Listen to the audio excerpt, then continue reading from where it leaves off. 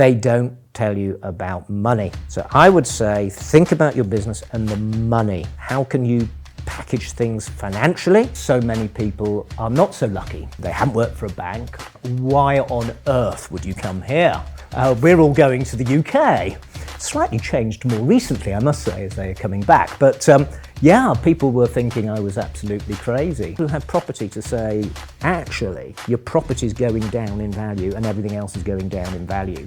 And that can maybe spark something in their mind. Time horizon.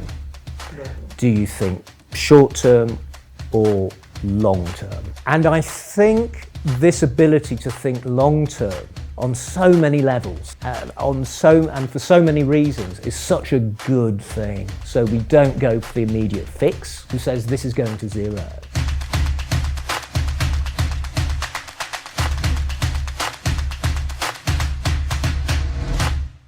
Ladies and gentlemen, welcome to a new episode of the podcast Horizons of Leadership. My name is Filip Djurovic and I'll be your host today. Today I'm happy to welcome British founder building a startup in Bulgaria, Lance Nelson. Lance, welcome to the show. Thank you for having me, Philip. Let's start from the scratch. Who is Lance Nelson and what people need to know about you to understand what are you building today? Okay, well, it's actually great to be here. I must say this again in Campus X. I was going to say SpaceX. Wonderful studio. So what makes Lance Nelson? Well, I have a background in corporate banking, corporate finance. And I think one event shaped me hugely, which was the financial crisis of 2008. And I'd been coming to Bulgaria, actually, to put the Bulgaria angle. I first came in 2005. I organised a boys' ski trip here. And we had a lot of fun. So we were coming back and forth, many of us. And then I had this idea of really exiting the finance career that I had. What was the problem with the finance career? Oh, I think it's probably as much as being in a corporate structure, being a corporate person. It probably wasn't me, or rather you get of a sufficient age where you decide it's no longer for you. So I was keen to think of a side hustle that I could see how it went and then go from there. So I set up a business, a tourist business with the ski resort over here in Bulgaria called Bansko, and set up a website called Bansko Blog. And I ran that a little while whilst actually I was working at a very big name bank. And it came to 2011 and I'd been there for a year and I felt, no, now's the time to see if I can make this side hustle full time and come over to Bulgaria and give it my best. So you basically made a very big shift in your life and your career, transferring kind of from a stable job, good paid job, to taking a risk and building a tourism business in Bulgaria. That's absolutely right. I knew, I guess, a reasonable amount about finance, and I've been doing that work for many years. And I obviously didn't know much about the tourist business. But being reasonably tech savvy, not a programmer, but reasonably tech savvy, I did feel that many people were having questions about coming to Bulgaria. It was a very cost-effective place to come and ski, and that they needed a website that provided the services, the transfers, the ski hire, the lessons, and all that sort of thing. And I felt I would find a niche to do that, yeah. Nice. And how did that ski business went from the start? Was it from beginning profitable? Well, as the name, it's Bansko Blog, so the idea was to use content to get the lead generation. And of course, you have to work very hard for about a year before you get anything, before the algorithm, SEO all works. So but when I did turn it on, which I think it was February 2009, it all kind of worked. I got bookings and it went from there. Yeah, so that's why when I got to, did the ski season 9-10 and 10-11, I felt, maybe I could take the risk and branch out. So it was a calculated risk, I would say, yes. Very interesting, because in most cases we hear people from actually Balkans region moving to either UK, USA, but here we had totally different stories. So you basically moved from UK to Balkans region and found found the perfect spot for building a business? That's a great question, Philip, I must say, because when I was here, I would talk to people, and particularly the Bulgarians here, saying, why on earth would you come here? We're all going to the UK.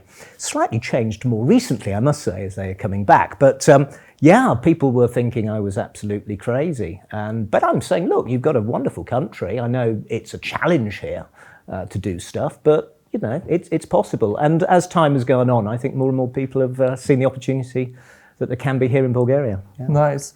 From skiing as a hustle, kind of side hustle, you actually went into tech space and managing restaurants, creating for them web pages, SEO optimization, booking reminders. How did you enter that business, and what was the story behind it? The story was a very fortuitous meeting with my business partner, or turned out to be our business partner, Atanas Tonchev.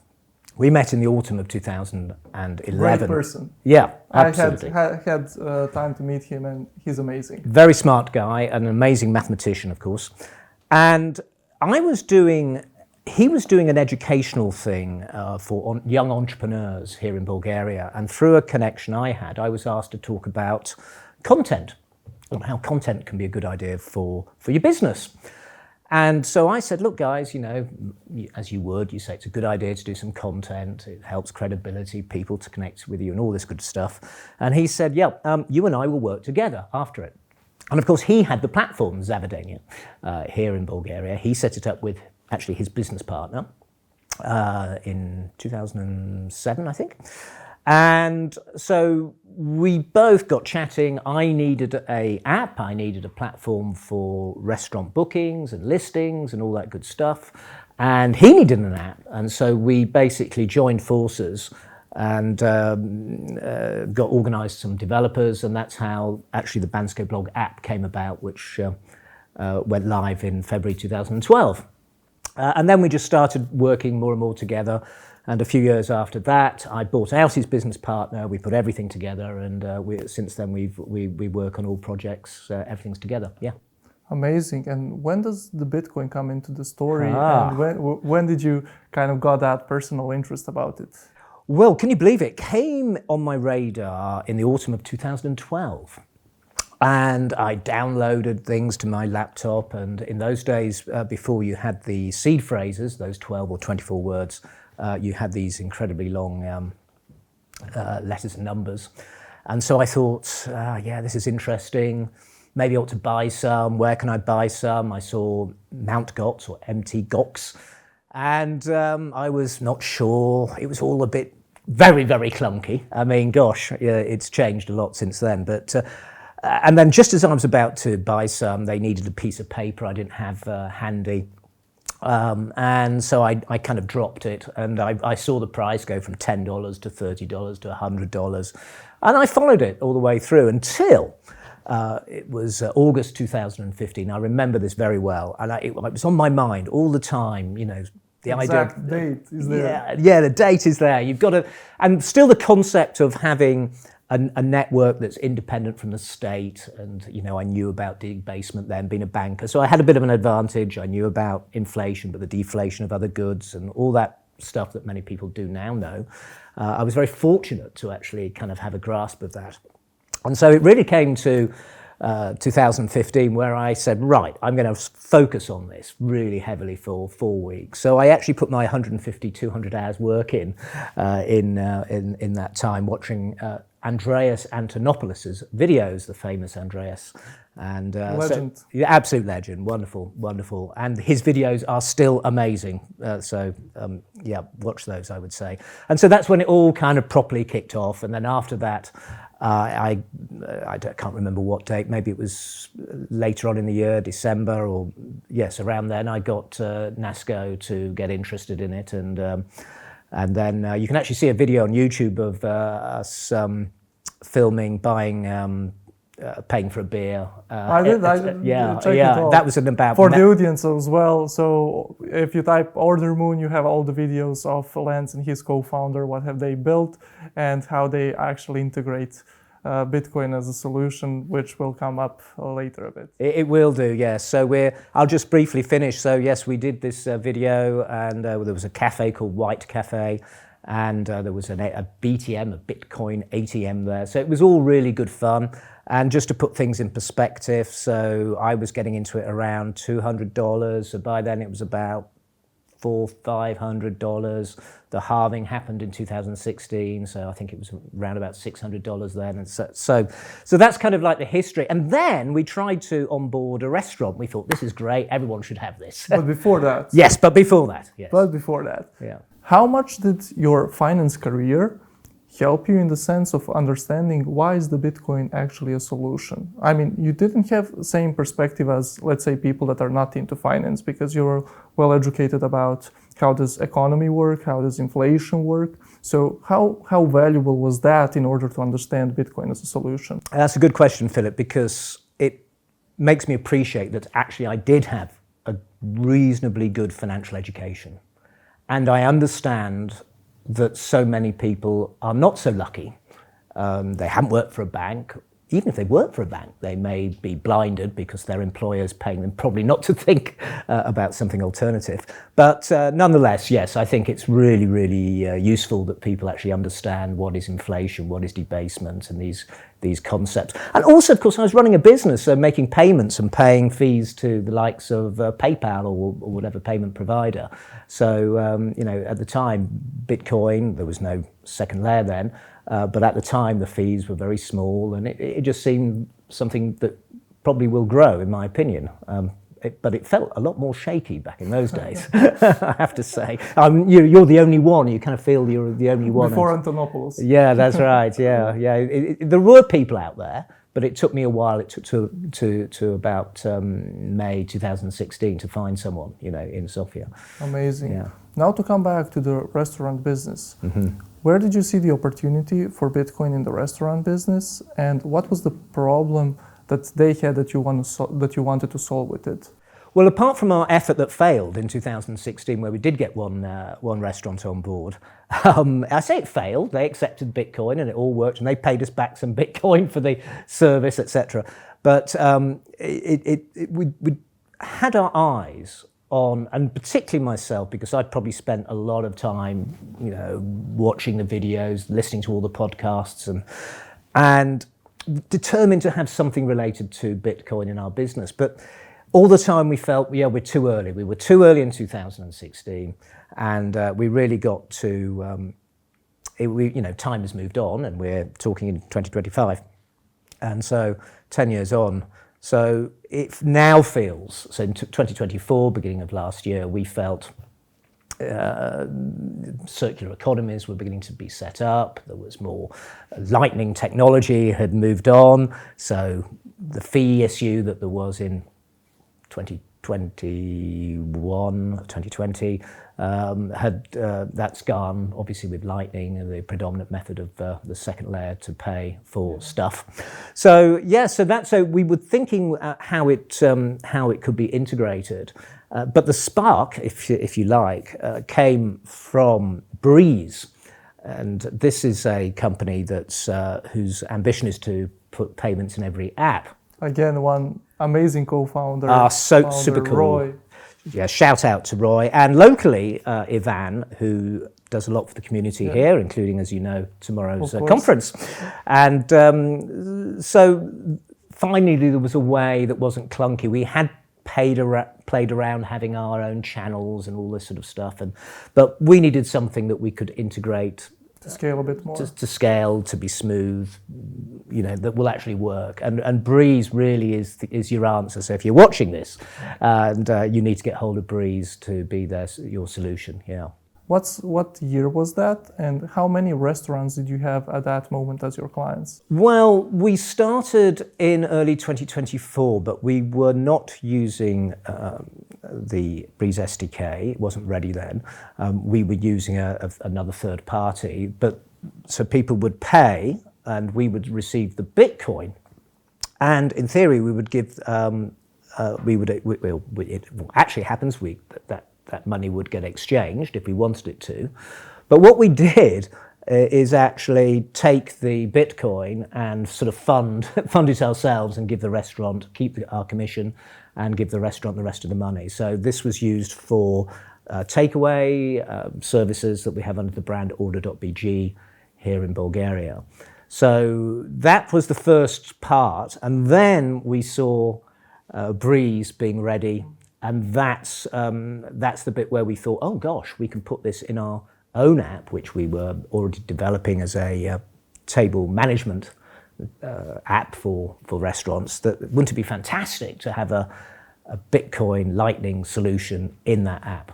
Let's say, for example, let's say I'm founder of a certain restaurant. I own a restaurant in the Sofia, some kind of local restaurant, maybe medium size. How would you convince me to take your solution and take Bitcoin and integrate it into my restaurant? How difficult was to educate owners about it and kind of show them opportunity in there?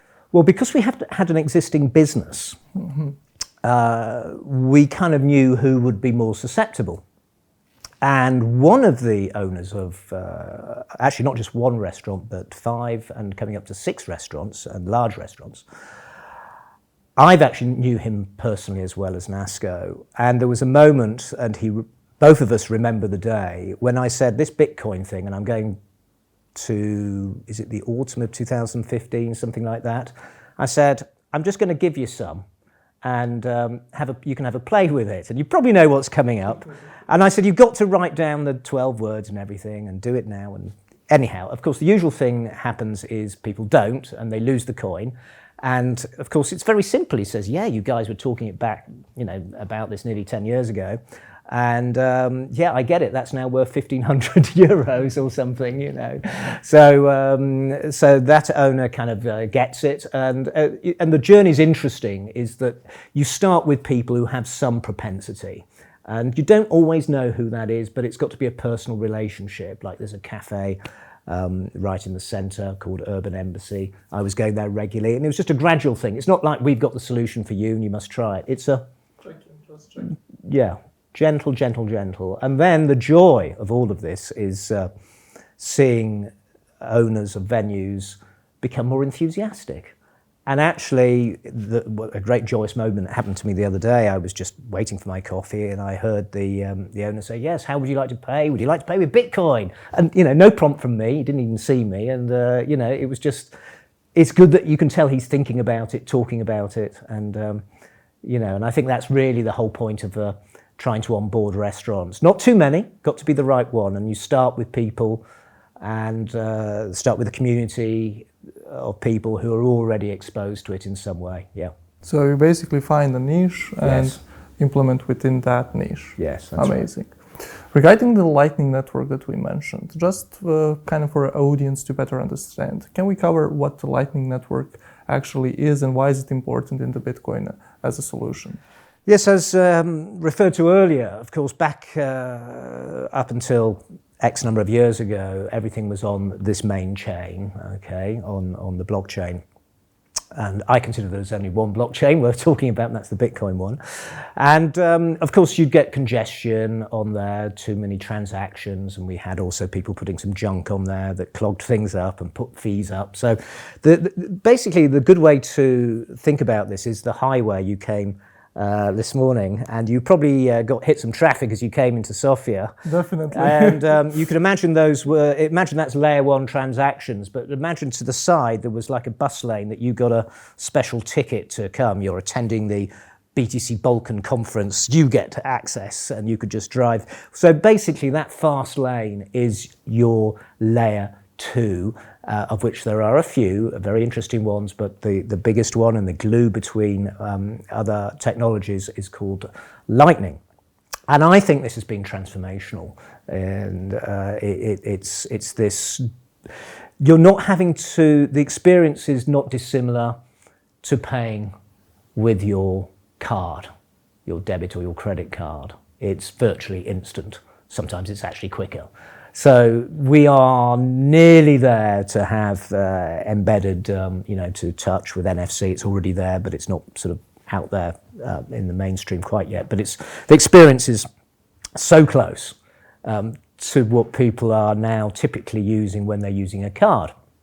So Lightning, I think, is transformational. And of course, why I think it is that talking about Bitcoin generally, its value has to be that it is a medium of exchange as well as this store of value, gold-like thing that everybody knows. But I believe for it to actually achieve what Satoshi said it would be, a peer-to-peer network, then we need to actually be able to send it easily between each other. And Lightning fixes that problem.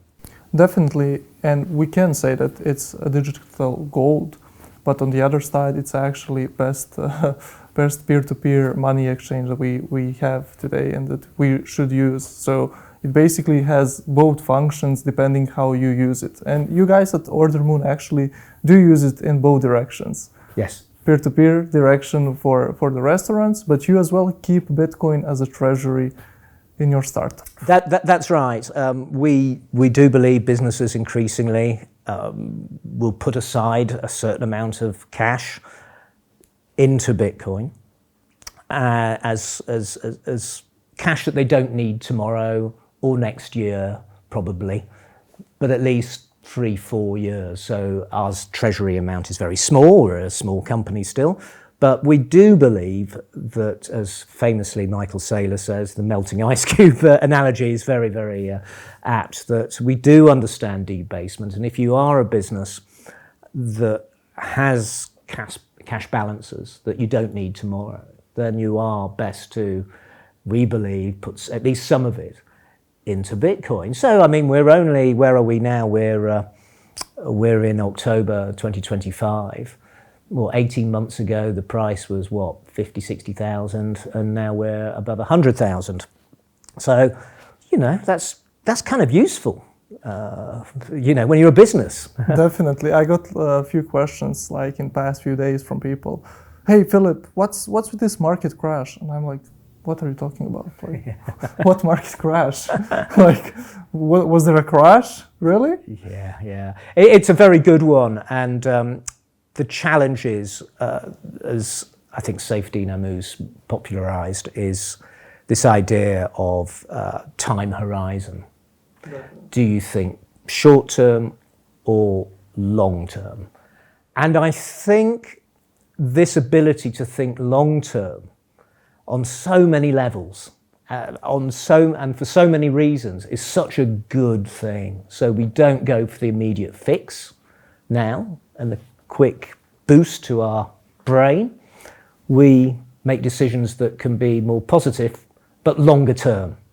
And so I consider Bitcoin very much that sort of decision, that it's a long-term thing. As you rightly say, yes, I think the price did go down last night to only $105,000 per coin, which of course not that long ago was almost unimaginable. And we never thought we'd have the leader of the Western world talking about Bitcoin. Virtually nobody thought that would ever happen by now. And nation states perhaps accumulating, which could be the next step. We don't know fully yet. But yeah, it's come a long way, and the ups and downs are a feature. It's a very good question because people are scared, and I understand it. I get it. If you are watching this and you're sort of interested or you're playing around with other coins, my best advice that has worked very well, and it was advice I took many years ago, you keep your coins, but you don't keep them where you can sell them easily. Put it that way. Because our emotions run high. You can read something, maybe from someone very credible, maybe even someone you admire, who says this is going to zero, and you will panic. And it's for money that you don't need. And I wouldn't say quite money you can afford to lose, but I kind of like that conservative approach. So yeah, absolutely. The volatility is a feature. Just relax and look 5 years ahead. Definitely. I mean, what I like to say when they ask me about volatility and say, look, what Bitcoin, it's volatile. It's very volatile. I like to say one Bitcoin is one Bitcoin. Like, Yeah. what do you mean it's volatile? It's still one Bitcoin, million Satoshis. What is volatile? And they say, but when you compare it to dollar, when you compare it to dollar, then dollar is volatile actually. Actually, I have, that's very good. I have one I do a lot with, I mean, a lot of the people I speak to are sort of over 40, over 50, and they have a property and they probably have a few investment properties and stuff like that. And my teasing to them is, and they say, I bought this other property, and I say, yes, how did that go? Oh, yes, it's gone up 20%. I'm saying, well, look, it's actually gone down in value compared to Bitcoin. Let's go back when you bought it. Maybe it was 2021. Let's check the price of Bitcoin, how many coins I would have needed. That house, let's say in Sofia, the average price is 200,000 euros for an apartment here, so probably something like that. So that's around about 2 Bitcoin, yeah? So it wasn't long ago, it was 20 Bitcoin, yeah? So the way I do it, for those people who have property, to say, actually, your property is going down in value and everything else is going down in value. And that can maybe spark something in their mind to think, I get it, it's longer term. Because property you don't sell immediately. You can't. Usually takes 3 months to sell a property. So that's another way. Definitely. Very nice approach that Ordermoon has, this approach like keeping Bitcoin as a treasury. This is something, as you mentioned, that MicroStrategy does, and legendary Michael Saylor, and we see the results now of that, which is incredible. It's incredible, and I particularly like where they're businesses rather than Bitcoin treasury companies. Of course, that's become the rage, well, up until maybe recently, and where people are putting a proportion of their income into Bitcoin long-term storage. Yeah, agreed. What are some next steps for Ordermoon? What are those key milestones, and what's keeping you from achieving them at the moment, let's say? Okay, so that's a great question. One thing many people like, and it's the conventional world that we live in, we like collecting things. We like rewards. For example, Lidl is very big here in Bulgaria, and I don't know, typically their reward app shows a line going across, and you spend money and they put a little prize as you go along, and you spend more, the line goes, and you finally get there, and maybe you get something at the end. So that instills loyalty. And I think where we want to take it, one project in the medium term, is to have a loyalty facility but it's SAT-based and that can maybe it'll be on the Liquid network. We're looking at all sorts of things that could actually help not just the consumer, but actually thinking of the restaurant, so that they are always thinking, visualizing. If they're visual people, like I'm a visual person, I'm thinking of that line going across or some sort of indicator. And I think that will be one of our next things to push forward. And the other things are, we've got a platform, because remember, we've got these other services. Google reputational management is very important. And actually this morning I was, one of my tasks was to work on that. But also, sorry, what I was going to say is we have QR menu, but we're actually integrating an automated sommelier there. So using AI, to pick the best wine on the wine menu that goes with your dish. Mm-hmm. Now, I love wine, and the idea is that it'll pick not just one, but maybe 3, if there's 3 good ones or different price ranges on the wine menu. So we have these services that restaurants want. And sometimes you've got to start not about the money, because people just can't think about that, but you start with the services, and I think that's very important. And these services are very easy to replicate, and they could be white labeled and go into other countries, and of course the payment bit is embedded in there. So that's fantastic. So I mean, for example, with just flipping back, it's all like hopefully a circular thing, where we can see how much someone's spending, because we can through the, on Bitcoin, we can through the app get notified the amount, and we can basically follow that through. Right. Payments can be split as well. We've done that with a restaurant where there's 2 owners and they want to, you know. The AI suggestions that you mentioned sound very, very interesting to be implemented. I think so. It's a cool feature. Yeah, I think so. So it's finding. I think a general point, because you've got a show about entrepreneurism generally, and not necessarily just about Bitcoin. The thing, going back to my point of 2016 when we tried, we were too early, and you're trying to, as I think the Americanism is go where the puck is going to go, and not.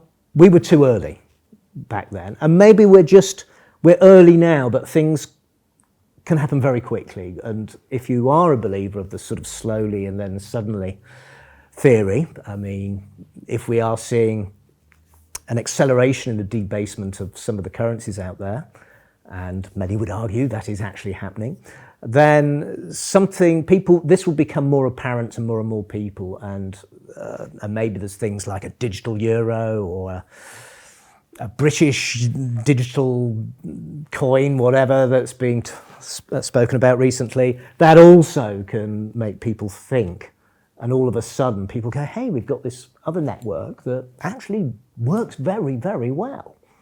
And so, yeah, we'll see but yeah, with your business, with your startup, you need to think where you are, where things are going to go. If you're too far ahead, then you're probably going to have a problem. You haven't got a business. But if you're where it's going and you're getting traction, but your competitors, if you like, are not really there yet, then you're probably doing the right thing. But it's something to think about when you're doing a startup. Definitely. Timing is actually very important. Yes. And just that you mentioned, so if you're way ahead, it's not going to be successful. Yeah. If you're lacking back, the answer is clear. But you just have to be right on timing in order to kind of proceed, scale, and grow. And you can do that where there's an existing market. In a way, we're doing that with delivery and our restaurant services. They're not new ideas or anything, but what we're doing things in an ethical way. There's no surprises. People use over here services like Takeaway and Volt and things like that. You'd have heard about them. And Uber, not here, but elsewhere. And there's always extra fees that people don't understand. And so we're a local business. People respect the brand, Zavadania. We've always done the right thing, and we have a very low cost base, so we can deliver those services at a lot lower cost than the big names. We can't always bring you customers, but we can, for example, if you have your own vehicles, we have a driver's app and a restaurant app, so it's virtually the same technology as your Uber or your Takeaway, but do it ethically. And I think that's the thing that you've got to get that message out as well to your audience. Definitely. Yeah. Looking back at those early days when starting a company, was that one thing that you really underestimated? Well, yes. I'm going back to the kind of like the first business, Bansko blog. I had no idea how much work it was going to be. I mean, so much administration, and I almost shudder right now, night after night. It started mid-September, went on until mid-March of administration, working through the night, a lot of manual stuff, and the thing is, the amounts weren't big, but the importance is very high, because when people are booking a transfer and their ski hire and lift pass and instruction, everything has to work. And the cost is actually relatively low, or certainly used to be back here in Bulgaria, but it's still, the pressure was huge to make sure everything works. And we've been doing it for 16 years, so the processes now have become better. The automation has become really, really nice. The app works very well, et cetera, et cetera. So it's my tip would be, expect to work very hard, to stay up late at night, and always to do the right thing with your customers. Your value is your reputation, so guard that with great zeal, I'd say. Yeah. Do you think that founders actually do, in those beginning days, kind of underestimate the amount of work that needs to be done, and think, look, I'm going to leave this corporate job, I'll do something on my own, and then they realize that they need to work more than they did in the corporate? I suspect they do. I think you need to dig deep. You need to be very resilient as well. And sometimes some people are that anyhow, and they're great. And I was I wasn't a 20-something when I did this, so I knew it was going to be tough, but also I was motivated because I could look ahead and pretend I'm 10 years on and look at myself now and decide where did I want to be. And there's a fork in the road. You can either, okay, you're going to be doing about the same thing if you're working for a big corporate. Are you going to be happy with that? Well, if you look at someone maybe 10 years older than you, middle management, blah, blah, blah, you probably won't be running the bank. So you decide where you want to do. And I think there comes a moment where many people do want to take that turn and try something on their own, but they must be prepared for it. And if they can, try and do it as a side hustle first. That would be my tip, if you're a corporate person. Yeah, definitely. So do it with your job. If you see that it's going well, then take that risk and make that transition. That's right. And also there's the other big tip, and it is kind of linked to Bitcoin, is again taking the long-term view financially. So if you are spending up to your max and more, I mean, people have credit card debt and all this sort of thing. For me, that is like being in a prison. How are you going to escape from that? And the risks are really, really high. So I would suggest that you build a nice buffer of cash so that you can carry yourself through for a really good period of time. And to get that buffer of cash, then you need to scale back your expenditure and make sure you're putting money aside, preferably some of it in Bitcoin. I'd say all of it, but and actually, that's the point. If you do save in Bitcoin, if the past is any guide to the future, then you're going to get there quicker. You're going to get that. I don't like the word freedom so much, but autonomy that you're looking for. Yeah. Amazing. Yeah.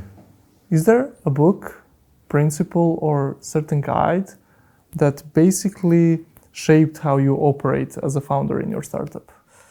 Gosh. If we're looking at so going back originally, I think 0 to 1, it was a great book. But more recently... Book by Peter Thiel. Peter Thiel. Yeah, that's correct. However, for the whole Bitcoin thing, we've got to thank Andreas Antonopoulos. He wrote The Internet of Money, which was a collection of actually his essays. Very smart gentleman who wrote very well, and so I remember buying that book very early on. And in fact, as soon as it came out, and I bought a few and gave them away. And so I'd recommend that book even now. But of course, the classic is the Bitcoin Standard by Safety Namus, which I think helps gets the macro picture of money and the history of money in your mind. Yeah. How big impact did that book have on you? I'd say quite big, but of course I was quite a long way down. I was in it before really he was, so I'd done my many thousands of hours studying before that book came out. But it certainly had some concepts that, I like. But also the podcasts, he has a podcast, and of course there's many other great podcasts out there, so I'd recommend people. There is no shortcut, and I've realized this with Bitcoin. You can either look, and I know some very smart people, huge IQs, they look at it like everything else, and they go, nah, that won't work. And it doesn't matter how, like Michael Saylor did in 2013. And he's a very smart guy. So it doesn't matter how smart you think you are, you have to put the work in. Or you could say, I know Michael Saylor's very smart. I know Larry Fink of BlackRock, who has $13 trillion under management, and he set up that business. Well, he must be pretty smart, and he's pretty keen on Bitcoin. Then you may want to think about that. And then people like Peter Thiel and the Winklevi, and et cetera, et cetera. So that's another way of sort of framing, am I getting this Bitcoin thing? But put the time in is my best advice, yes. Amazing. Lance, so for kind of this end, I have one game for you. Mm-hmm. I'll give you one word, and you will tell me if that is underestimated or overestimated. Okay, let's go for it. Let's start with AI. Okay, this is a good one. I would say both, I'm going to cop out here, underestimated, okay, mainly, and a little bit of overestimation. So again, looking at time, I think in the next 2 years, I think we'll say we're massively underestimating it. Right now, people like me maybe slightly over-rely on it, and so you could say it's overestimated, but I would say generally speaking, people are underestimating the impact of AI. It's extraordinary, and I'll give you an example. Just for fun, you gave me some ideas of what we might be talking about, and I put it through AI, and I was blown away. Just extraordinary. So, so I say to everyone, use AI every day, play with it, and come to your own decision, but I think it's underestimated. Yeah. What about blockchain? Well, actually, I'll read out AI here. It says, overrated. Most blockchains are centralized gimmicks. Bitcoin's the only one that matters for true decentralization. I couldn't have said it better myself. So, 100% agree. 100% agree, yes, with that one. Yep. For the end, what about Bulgarian market? Bulgarian ecosystem as a startup ecosystem and as potential for one startup to operate and grow? I would say still underrated. I've always said it's underrated, but it's not just about low cost. I think it's about talented people, developers. I think the younger generation here are super. They've got an amazing outlook. And on a personal level, because at the end of the day, you've got to have a connection with a place. So if you are an entrepreneur, you're hanging out in a place where maybe the rent is a bit high. I always said to people, if you've got a good idea, come to Bulgaria, because, I have people, for example, they love skiing, they love the mountains and hiking, they go to Bansko. You can still get a fantastic place to rent for 400 euros a month. Yeah. Find anywhere even half as good. In most places of the UK, for example, you'll be paying 1,200 euros equivalent at least. So why not come to a place where your available funds will basically last twice as long? So I'd say it's still underrated. And, if you are in the Bitcoin space, then we've got a wonderful community. And but if you're building anything, I think it's still a gem of a place to come. Yeah. Amazing. Yeah. For the end, do you have any last message for the audience or something that you would like to share that we maybe didn't cover? Maybe just, to reiterate one point I said. I know many of you watching this are involved in all sorts of businesses and building great stuff. Don't forget the Bitcoin part. There's a great saying, isn't there, that your business should be have two elements to it. It should have a content element and it should have a finance element. And I recognize, and education, the standard government education, same in the UK and certainly the same here in Bulgaria, they don't tell you about money. So I would say, think about your business and the money. How can you package things financially? Think about, is there room for a Bitcoin angle? And those two things, I think, are good advice because they help you on the marketing side in terms of the content and the finance side to help differentiate yourself from your competitors. Amazing. So Ordermoon is definitely on the right track. This is something we see even for this hopefully first round that you are raising. Yes, we're about to. Thank you for the segue. We've just been assured our first 50,000 euros of our first raise is coming in, and we're absolutely delighted. It's from a Bitcoiner, and so other Bitcoiners who want a business that's actually building on the scarcest asset known to man, Bitcoin, then we think we're a good bet. And we'd also like to thank Infobip for your support. It really has helped. When you have a business, you want support, you've got some amazing tools that, as you know, we are using and saving us money, which is fantastic. Thank you very much for your support. And if anyone else is out there and wants to contact us about what we get up to, learn more, investing, etc., then please get hold of us. Definitely. We are very happy to help startups scale and to kind of help them grow even more. So we do have this very powerful stack that we can offer, and we are happy that we can actually offer it to startups. You know, we were as well startups back in the year, so we understand the hustle.